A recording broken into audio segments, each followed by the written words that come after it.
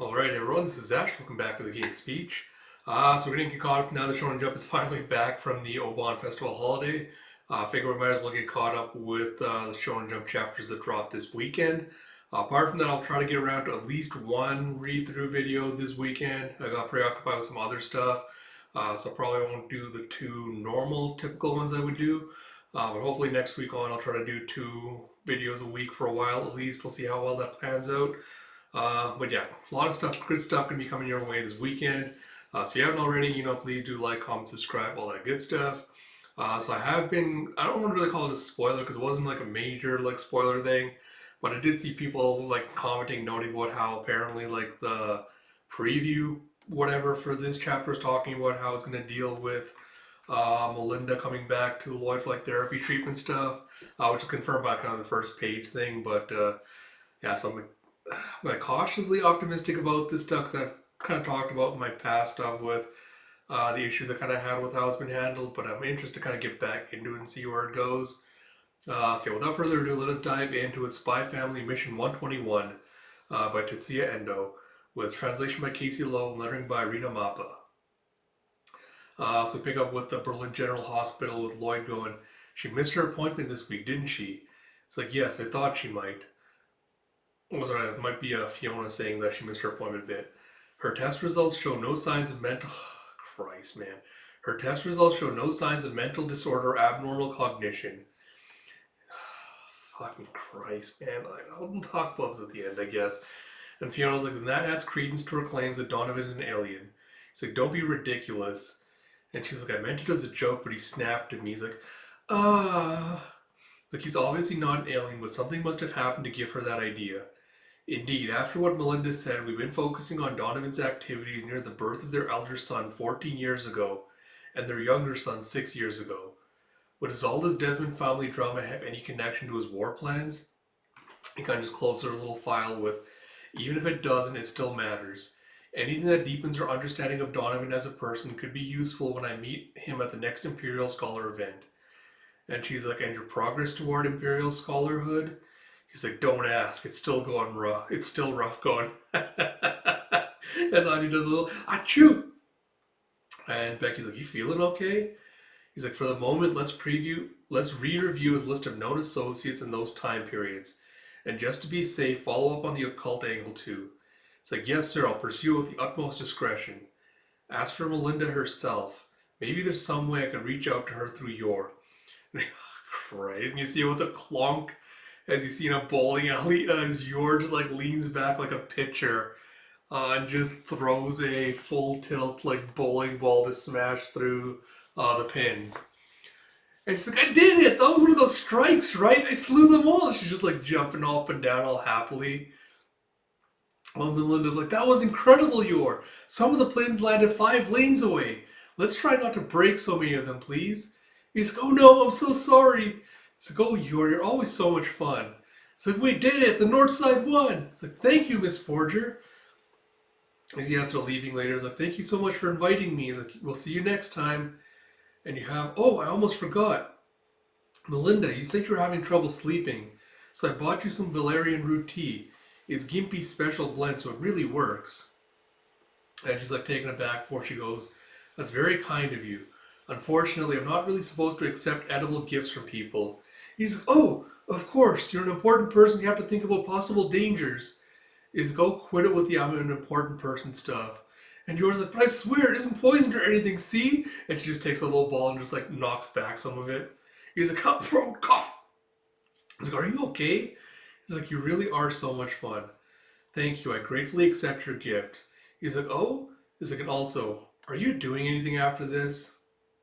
And he's, yeah, Melinda's giving you a ride. It's like, I never thanked you for before at the fair, or apologized. And Yora's kind of looking confused. It's like, the truth is, I have been seeing your husband for treatment. He's like, you have? But Lloyd didn't say anything. Are you getting hit? Oh, Christ, bro. It's like, it's called doctor-patient confidentiality, and I think he takes that very seriously. Being able to talk about my concerns has already helped a little. But I didn't go to my appointment this week. And Yor's like, oh? He's like, he's a fine doctor and he really makes an effort to understand me, to get closer to me. And she thinks back to Lloyd saying, "What is clear to me is that you are presently enduring a great deal of suffering. So, but even so, that feeling that he's seeing right through to my inner self, it scares me." She just imagines like a close up of Donovan's eye. Yeah, I don't know when, but at some point, being seen and known became something to be feared. I know how pathetic that sounds. He's like, "Oh, Melinda." I was like, "I know. It scares me too. The thought of someone finding out who I really am." He's like, even you feel that way?" It's like, "Sorry, that was rude of me. Who are you afraid of knowing you? Your husband?" It's like, "Well, yes." So maybe that's just a fear that all wives share, madam. I'm so. Is your calling her madam? Because that feels weird. "I'm so happy to learn that you feel the same way I do, Yor. Do you remember when you came to my reading? If that sort of thing interests you." Christ, man. What the fuck is this, bro? And you see on the next page, he's like surrounded by what looks like some kind of weird occult society. "Jeff, now then, let us begin. Everyone link hands and close your eyes. We have gathered here tonight to seek harmony with the universe. Cast your light upon us." And Yor's like, "Huh? What?" It's like, "Cast your light upon us." Like, "What?" It's like, "Yor, please try to relax. It's nothing weird, I promise." And you see her wearing like this weird little cap. It's like, "What is this for?" It's like, "I apologize for springing this on you so suddenly. I told you of my interest in mysticism, right? It's a hobby that all of us here share." It's like, "What's this, Miss Desmond? You bought a layperson?" "I don't appreciate you calling this a hobby. Studying the occult is my life's work." "I do apologize, Mr. Crowley, but we have a guest today, so I wanted the session to be a little lighter." It's like, "If she has your blessing, she has mine, but it's most unusual of you." And she's like, "This is what I refer to as my reading group. It's a place where we can discuss our worries." It's like, "Oh." It's like, "Those in superior standing within the universe can access the memories of all that ever was or will be from within the great sea of ether. By extracting and interpreting pieces of that great truth, we can guide our souls to a higher plane of," it's like, "I speak of a different ether than the one in physics." It's like, "Mr. Crowley, please." It's like, "Are you familiar with the children's toy known as a Ouija board? It's something like a variant of that." It's like, "Damien was playing with one of those at the fair." It's like, "Oh my, he was playing with a Ouija board?" And Crowley's like, "You there, It's like, "Her name is Yor Forger."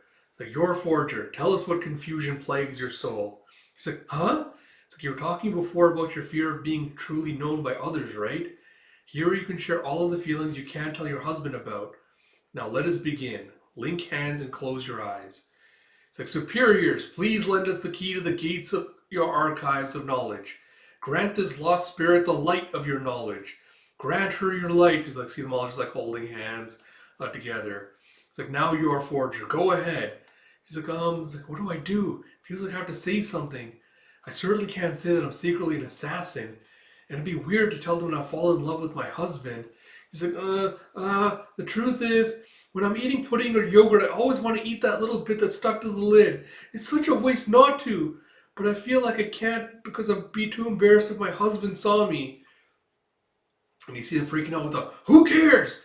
That's such a stupid question. I couldn't help but open my eyes. I'm to entreat the superior forces of the universe about pudding lids? Why did Miss Desmond bring this woman here?" And she's like, "So, should I eat it or..."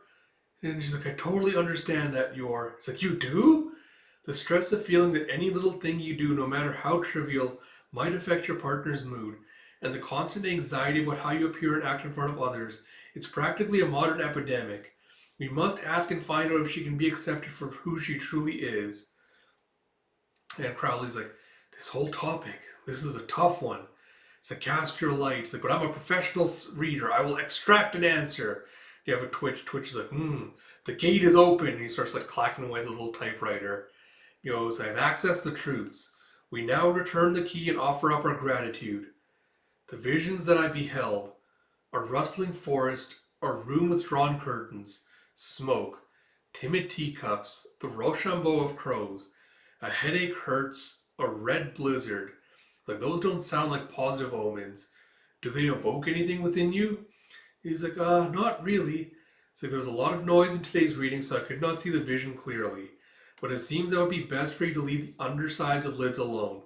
It's like, "What on earth am I saying?" It's like, so it is wrong. I was afraid of that. It's like, it does sound rather vulgar. It's like, that isn't true. And Melinda's like, have all of you forgotten about the food shortages during and after the war? Yours should be lauded for respecting food so much that she even licks it off the lids. We should all learn from her example. He's like, no, no, no, I don't lick it. I use a spoon. It's like, I think there could be a more favorable interpretation. Why, even you must have off days when it comes to readings, Mr. Crowley. It's like, huh, are you suggesting I was mistaken? Well, I will grant you that the frequency is distorted. Yes, exactly. Shall we leave it at that for today? And so later as they leave, it's like, you're back early today, madam. It's like, it wasn't any fun this time. Isn't that right, Yor? He's like, oh, I didn't mind it. It was kind of confusing, though. Melinda's like, oh? He's like, I don't know why I got so touchy about it. I've never doubted the results of a reading before. But if it makes an incredible person like you sad, then there must be something wrong with it. Don't you worry about it, Yor. I'm certain that husband of yours will accept you in all your lid-licking truth. It's like, oh, Melinda. It's like, again, I use a spoon. It's like, you know you're right. Lloyd's a wonderful person. He would understand about the lids. Thank you for giving me that little bit of courage. He's like, oh my, good for you for being able to say that about your husband. You really are an incredible person, Yor. He's like, oh no, I'm not. And Melinda looks all like serious for a second. She goes, maybe I need to be more courageous with people too. She's like, do me a favor, Yor.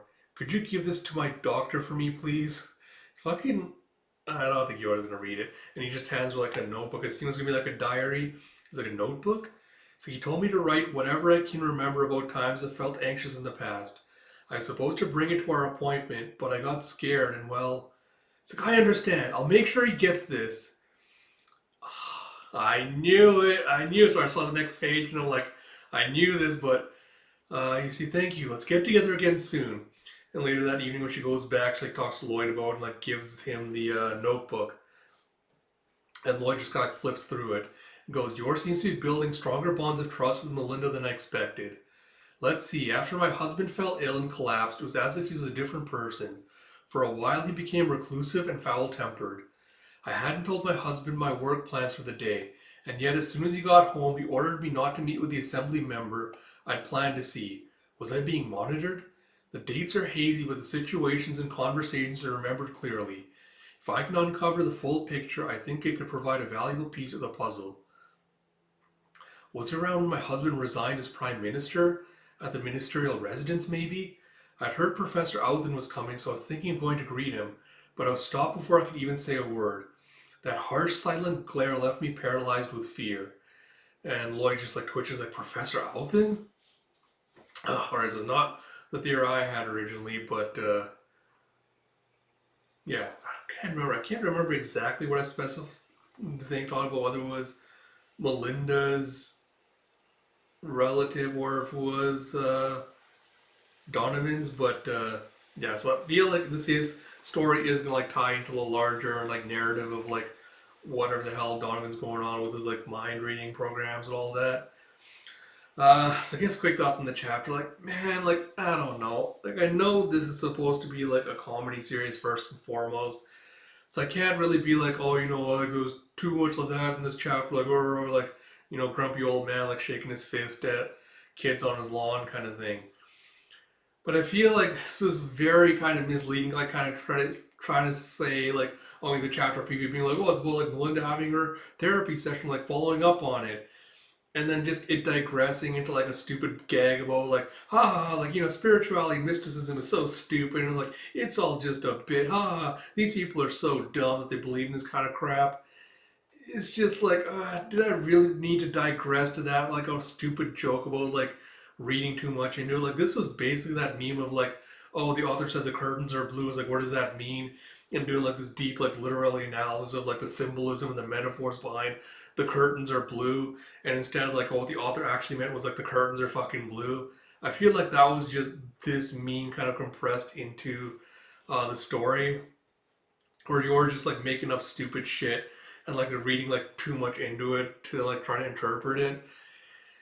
And I feel like it would have been like fine or okay, but it was just it wasn't even like super funny or entertaining. Like none of the jokes or the bits really landed with like Crowley being like, "Oh, how come I'm like having to read like such a stupid thing?" It was like, all right. Like maybe some people would have found this funny, but like it really feels like, or unless you did, a lot of it just kind of falls flat. And I think it annoys me because I'm like, I really want to kind of dig more into Melinda's character. I really like to see more like interactions, like a deepening of the bond of friendship between her and Yor. But then having it sidetracked by like this lame ass comedy kind of just leaves a sour taste in my mouth instead. So it's kind of like it was fine, but like I want some more like depth. I want something meatier from this. Like I don't want something, like empty calories basically. So it's kind of like, yeah, well, it's whatever it was. But like, let's get back to like the meat and potatoes of it, so to speak. But yeah, I don't know if what Endo's doing with Melinda, like whether he wants her to be taken as a serious character or whether he wants her to be like more goofy and ridiculous. Like I don't think he's balancing the two sides of that very, very well between her. But yeah, like, that's all kind of all my thoughts on the chapter. But like I said, I am very interested in the whole Outhen thing, where it's just like, oh, like it must be related to Donovan in some regard. Given like how little like Melinda knows about her actual husband, I feel like it must be his father or something like that. We'll see where Endo goes with it after this chapter. So all that said, I hope you all did enjoy this video. If you did, please do like, comment, subscribe, all that good stuff. Maybe for the next chapter, I'll try to dig up my old thoughts on what this guy's deal was, what it might be, just kind of parse where this story might be heading from here. But yeah, apart from that, like I said, I'll get around to Kane Banashi as well today with Shonen Jump, and then hopefully a read through video possibly for Bride's story, but I haven't decided yet. But yeah, a lot of stuff to look forward to. Hope you're all excited. And until next time, this is Ash. Talk to you all later.